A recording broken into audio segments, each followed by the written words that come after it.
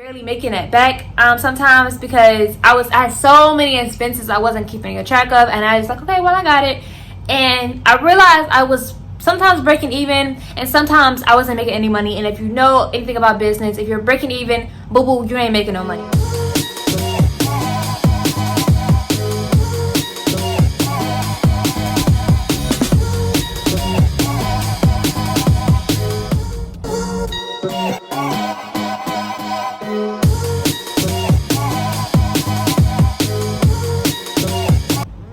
Hey guys, it's Jasmine Dion back again with another video. If it's your birthday, happy birthday, boo. Today I'm going to get straight into today's video. If you guys don't know, I have a naturally hair brand. We sell hair porosity based products or like density based products. And today I want to talk to you guys about how it's been in business, because I've been in business, well, I've had this business for about 3.5 months. And I want you guys to know like how things are going and pretty much like what are my regrets. So I'm going to try not to ramble. I have 10 points for you guys today, exactly what I did, and hopefully you guys don't make the same mistakes that I made, because I definitely was the kind of entrepreneur who felt like I did some research and I watched some videos, but at the end of the day I kind of had an idea of what I wanted and I didn't really want to listen to people's mistakes. So hopefully you're not that kind of person and you learn from my mistakes. So I'm going to make this video and get straight to it. Okay, so I have my notebook here, so I'm gonna like be looking down at it periodically so I don't forget. These 10 things are not in order at all, but you know, I'm just gonna get straight to it. Okay, number 1, my printer. Again, not in order, but like one of the things I definitely regret is my printer I bought. I have a Canon. I might insert the name down here, but it's a Canon something. It's a little black printer. I think it was like $120. I got it on Amazon, and I bought it because another YouTuber had her business and she was using it, so I bought it, and it's a terrible printer. So let me just get into like why it's really bad and stuff like that. Okay, so first of all, sorry guys, it's been weird because I haven't been filming in a long time, so this is kind of weird being here again. Anyways, okay, so the first thing that's bad about it is it drains ink like nobody's business. And I know that a lot of people say things about their printer and that like sometimes ink drains quickly, but my printer, I can't even print my labels and stuff at home. It kind of defeats the point of having a printer at home if I can't really like reap the benefits from it, because I print my porosity cards, which you guys, if you guys don't know what that means, I feel like this light is right. It is like literally the middle of the night, and the lighting is making, you can't see my white like glitter, and it's making this look harsh. So I promise you guys it's just the lighting, but yeah, if I don't have light it's going to be dark, so just excuse it, you know, excuse it. Anyways, okay, so my porosity cards, I'm gonna show you guys what those are. Basically they're little booklets that I make. These are kind of like a picture of my product, what I sell, and what I'm talking about. So if you see right here, very faintly I guess, this is what my porosity cards are. They have like this little jute string, and my packaging stuff, my labels, I print them, well I used to print them at home, so that's definitely something I regret, due to the fact that my printer will always be draining ink. So I can elaborate that more in depth in another video if you guys want me to, but I can literally talk about that and I don't want this video to be too long. Okay, so printer, definitely number 1. I have business friends who say other things about different printers that they would recommend. I see people who have the HP printers and they have like subscriptions, and that helps them a lot, so they pay such and such amount of money, which is like not expensive. I think it's under $30. I know one person I think said it was like $5 or something a month, and they get new ink cartridges sent to them on the regular. And I wish I would have done more research, because I just kind of just took her advice and said, okay, well if that's the printer that you have a successful business, it's going to work for me. And that's not the case, because we obviously have different needs. Okay, thing number 2. So yes, okay, my second thing is not looking into a more cost-effective way to ship. So I ship, as you guys seen in this photo, with priority mailer boxes, and then in those boxes are 8x8 3.5 folding boxes. I'm gonna show you guys what I'm talking about. I'm gonna try to be very quick. I'm back. Okay, so this is what I mean. And the priority mailer boxes, I ship them inside What's inside are these boxes. They're 8 by 8, 3.5 cardboard craft box. I got them from Uline, and they just open up like this. I can fit 4 of my bottles in here this way, and a bunch of other stuff. This is like a great size for me, and I think I'm going to start decorating them on the outside, but I didn't because I couldn't get my boxes custom, so I didn't really want to waste time, energy trying to figure it out anymore, because I did try a few things, but at the end of the day I just made the inside packaging pretty dope, so the outside was just whatever. Plus it's better for recycling. Like if people want to reuse these boxes, not just having my logo on it, they want to regift like things to their friends and family using these boxes, they can really use whatever they want with them. I kind of love that eco-friendly kind of idea, because I do have a lot of things in my packaging. So yeah, so that's the second thing. So like I said, when I first started shipping things, I always use pretty much priority mailer boxes because they're free. And so if you guys don't know that, they are free. And I just got a bunch from the post office and started shipping my stuff, and I wasn't really understanding my margins, and I was losing a bunch of money because my items were selling for like around $10. They were like $12, and then the boxes, like to ship depending on the location, was usually like $9 to ship. And if you guys could do the math, I was losing a ton of money, and sometimes based on like everything I bought, I just was losing a ton of money. So I wish I would have looked into that more, like shipping costs. I knew shipping was like a thing, but I didn't know it was going to be like anywhere between $8 and $11 to ship stuff, and it would be no big deal had my prices not be so low. So yeah, that was like a huge thing in the beginning. I could talk about that again. Not gonna talk about that right now too much, but that was my huge mistake. Don't make those same mistakes. I still ship my things priority, but I did have to readjust my funds, which leads me to, I guess I'm gonna skip down because I know it's further in the list. Oh no, it's not. Number 3. So number 3 is not having a proper Excel sheet. Now I've always had my business binder. This one is actually my YouTube binder, but I have a green one that's for Naturally Me, and I literally keep everything in there from day one. But it started to, as I progressed in my business, it started to get like really unorganized, and I just kept keeping track of things in my head. When I added the bentonite clay on my sides, I didn't really fully know how much I was profiting, but I did know how much I was profiting supposedly on my oils. And I started to notice like little things that was like missing and wrong with my pricing. Like for one, people like, okay, say you sell like, okay, I sell hair products. So yeah, I sell hair products. The bottle, I wasn't properly having like a cost for that, deducting it. Taxes, deducting it. Shipping, deducting it. Labels, deducting it. Like I had money saved, so I was just using that money because that was the money to kickstart my business. But I wasn't really making sure that part of my profit was always you guys know what I'm trying to say, like, you know, used to benefit my business and keep it going, the longevity and everything. So not having a proper Excel sheet definitely messed me up. I'm sure you guys can see how that worked. Okay, thing number 4. So number 4 was buying too much. I bought way too much stuff, and things were like really expensive. I spent, when I first started my business, I think I spent like $5,000 on stuff, and it really wasn't that worth it. I spent a lot of money on the plastic bottles for my like brand, because I knew like, okay, in the future I'm not sure if I'm gonna have the money for it, so let me just buy it now, and then when I start formulating, at least I have bottles to put the stuff in. Yeah, no,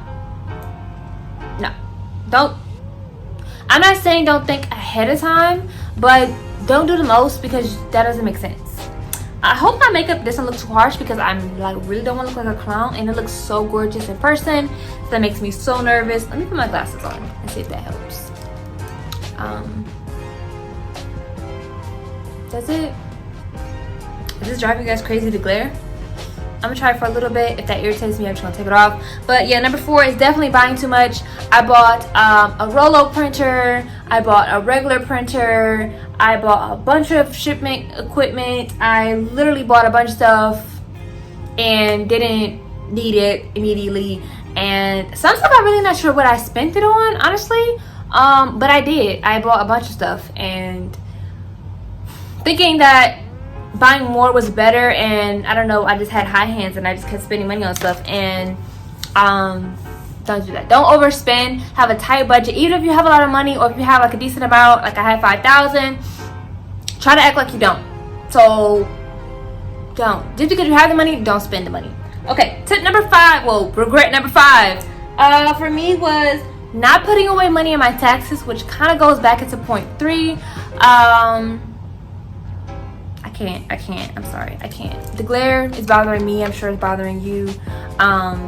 Moving along. So yeah, 5, not putting money away for my taxes.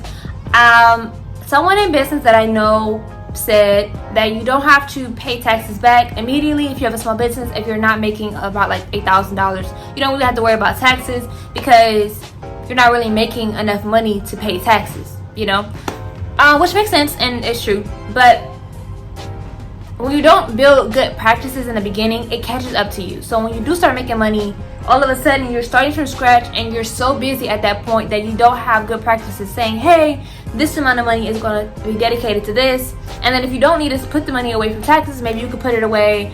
So you put it away for taxes just in case. And if you don't use it for that, then use it for something else benefiting your business, running ads, etc. You catch my drift. Okay, number 6. Number 6 is I guess that kind of ties in also with tip number 4. I was going to say buying expensive equipment.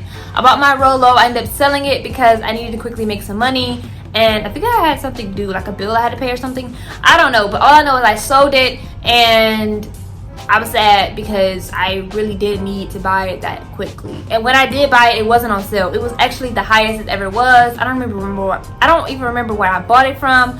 But when I looked around, I was like, wait a minute. It was way cheaper if I bought it from such or such, whatever. Number 7 is labels. My labels cost me a ton of money, and I just wasn't fixing the problem at all.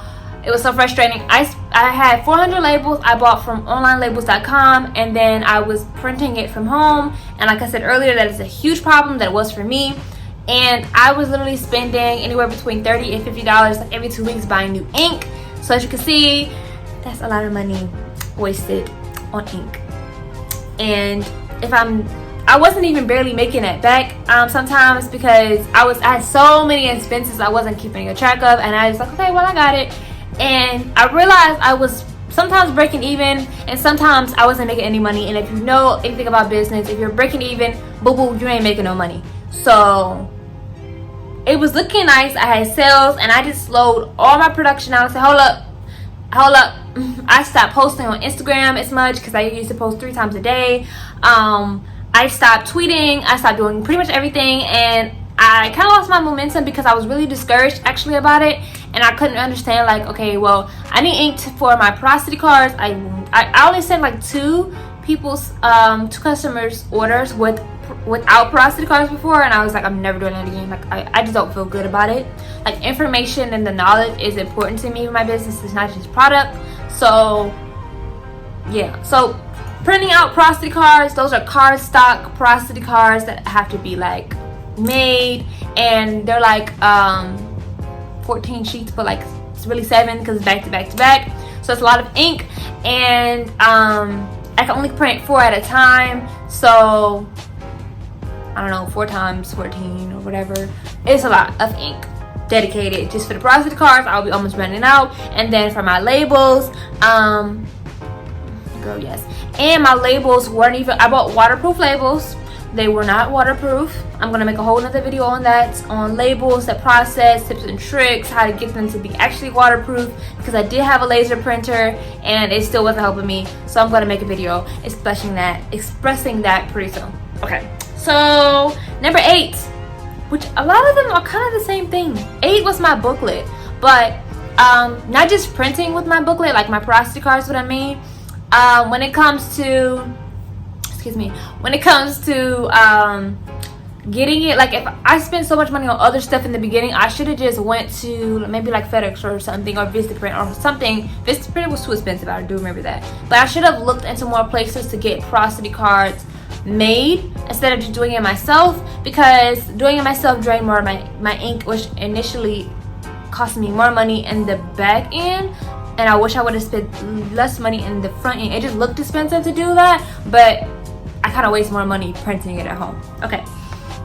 Plus, it was really time consuming. Every time I had an order, I had to keep printing them. If I had 4 orders that day, the next day I had to sit there and still mess with that stupid printer. The printer is awful. It jams a lot. It's stupid. And sorry to hurt the printer's feelings, but it's an awful printer. Number 9. Oh, number 9. I'm excited about this one. Automating your Instagram and Twitter posts. Why are you still posting and doing all that? Spend some time to write out what you need for social media, to get your posts ready, and all of those things. Don't sit there and every day you have to come up with a bunch of stuff, because it's just not worth it, and it's awfully a waste of time. So my suggestion, I waited forever to do it, and I'm just starting to get into it really detailed like now, because it's kind of hard for me to see in the future of what I want to post. But if you really do take some time, like take an hour a day. No, that's not enough. Yeah, I took like a week of planning my posts, and each day I spent like an hour, I think, doing my posts, and I worked on 3 a day, and that way it was automatically done for the whole month of February. Excuse me, or like the whole next month, you know. And I had to tweak some things because I changed some things that I wasn't going to add on my site, so I still need to fix it really quick. But the point is, get your social media posts automated and ready. So that's tip number 9. And tip number 10, the biggest one, well, not the biggest one, but the biggest one that caught me off guard was my email flows. I have Klaviyo, I think how you say it, and I also have had Kits. I had Privy. I tried MailChimp before, like, they are no longer with Shopify, which I don't really know what happened with that. I also have Shopify email, and I haven't really found the best Shopify app to use for emails yet. But I wish I would have had emails started from day one, because I had Privy. And if you guys don't know what Privy is, it's basically an app on Shopify that gives you the pop-up option, you know, when you go on a website and it says type in your email for 15% off, you know. I had that, and it was generating me a lot of emails. And I then switched, well, I still have it, but then I have Klaviyo, which I send emails, and I was supposed to have email flows. But every time I make it, none of my emails sent. I have to send them all individually, and as I grow, like now I don't have like even 100 customers yet, so it's not that difficult, you know, to like do it. Like, you know, doing 100 things is not that, you just take some time to do it. It's not that deep. But I do need to have email flows, and not setting that up prior to when I was smaller, I wish I would have done. So that's all for today's video. I hope you guys enjoyed. I will be posting more frequently for once in life, because I finally have my ring light, like I was talking to you guys before, and I figured out how to fix my Final Cut Pro to edit. Yeah, so if you guys want to purchase anything from me, you guys can go to my Instagram or my website. Everything is on the screen, and my Instagram name is Jasmine Dion, Jasmine Dion _ my personal, and my business is Shop Naturally Me and Shop Naturally Me on Twitter as well. So follow me and shop my business. Love you guys, peace, and thanks for welcoming me back. Hey guys, glad to see you made it to the end. Don't forget to smash that like button, turn on your post notifications, subscribe to my YouTube channel, and comment down below. Thanks, see you next time.